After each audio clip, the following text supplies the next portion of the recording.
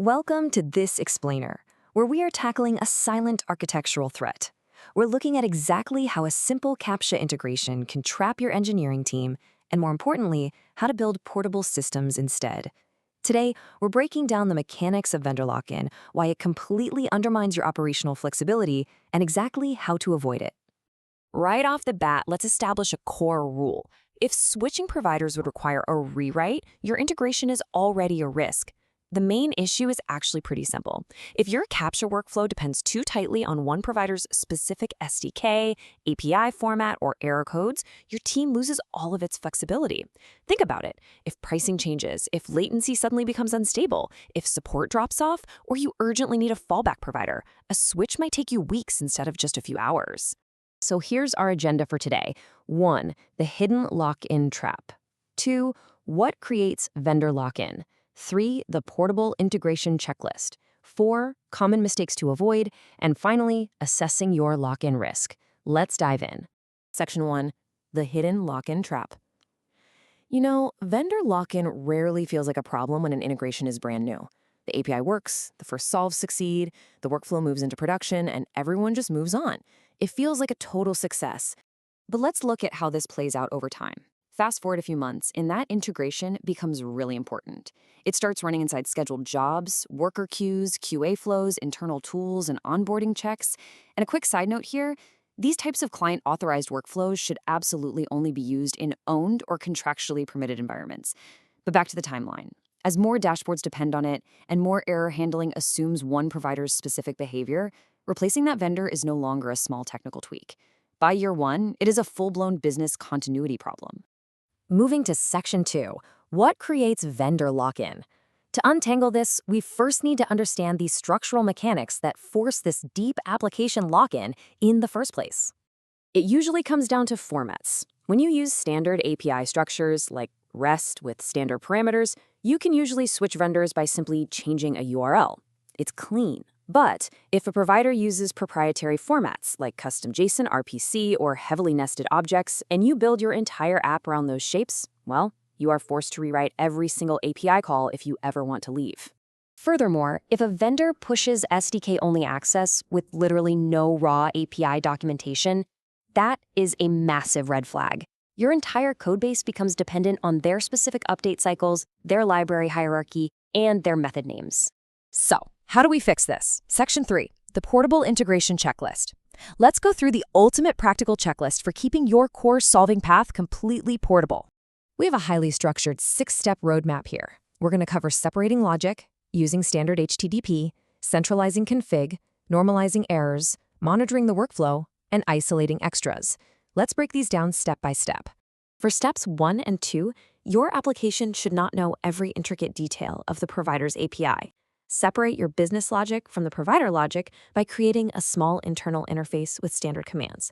Things like solve, get result, report result, or get balance. Your business workflow just calls that internal interface, keeping the provider-specific code hidden behind it. And step 2, prefer standard HTTP access.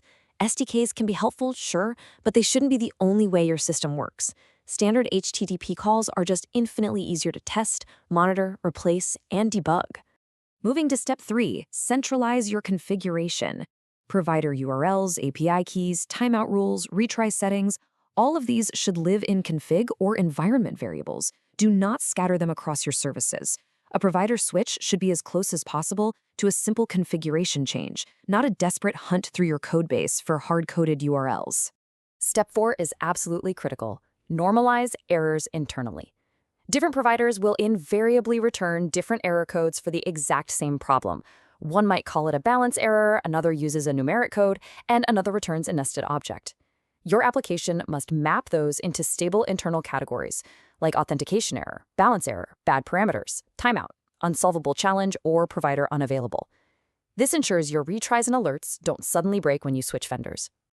Finally, for steps 5 and 6, build monitoring around your workflow, not the vendor. Don't make your dashboards depend only on provider-specific fields. Track your own operational metrics. Solves requested, tokens returned, handoff result, workflow acceptance, latency, retries, error category, and the cost per accepted workflow. That way, if you switch providers, your monitoring still makes perfect sense. And for step 6, isolate any proprietary extras. Vendor-specific analytics are cool, but keep them outside the core solving path so they don't become required for the system to operate. Section 4. Common mistakes to avoid. Knowing what to build is only half the battle, right? Let's rapidly cover the specific architectural pitfalls you absolutely must avoid. Do not hardcode provider URLs across the codebase. Do not call vendor SDKs directly from your business logic. Do not build retry rules around one provider's exact response shape. And definitely do not tie dashboards to vendor-specific metrics only. But perhaps most importantly, do not assume an untested fallback provider is real. You absolutely do not want to wait until a major incident to discover that switching to your fallback actually requires a massive multi-week deployment project. Section 5. Assessing your lock-in risk. Let's wrap up this explainer with a lightning round of 3 frequently asked questions to assess your immediate lock-in risk. So, first question, do I always need a provider abstraction? You might be wondering if this level of architecture is overkill for a really simple integration. The simple answer is yes. For production workflows, spending 30 minutes building an abstraction layer right now literally saves days of panicked engineering time later. Second question, addressing the elephant in the room. Are SDKs bad? No, not at all. SDKs are perfectly fine when they are optional.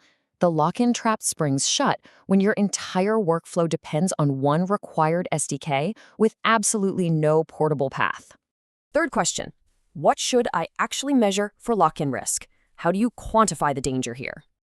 You measure the risk by counting exactly how many files, scheduled jobs, internal dashboards, and configurations would need to be changed or migrated if you switched providers today. If that number is high, your risk is high. The practical takeaway here is simple.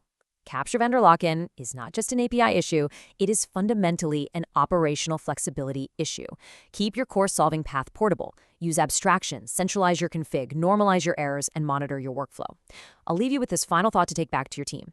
Before your next provider renewal, review just one CAPTCHA-related workflow in your codebase and honestly ask yourself, could we switch providers today without rewriting the system? Thanks for joining me on this explainer.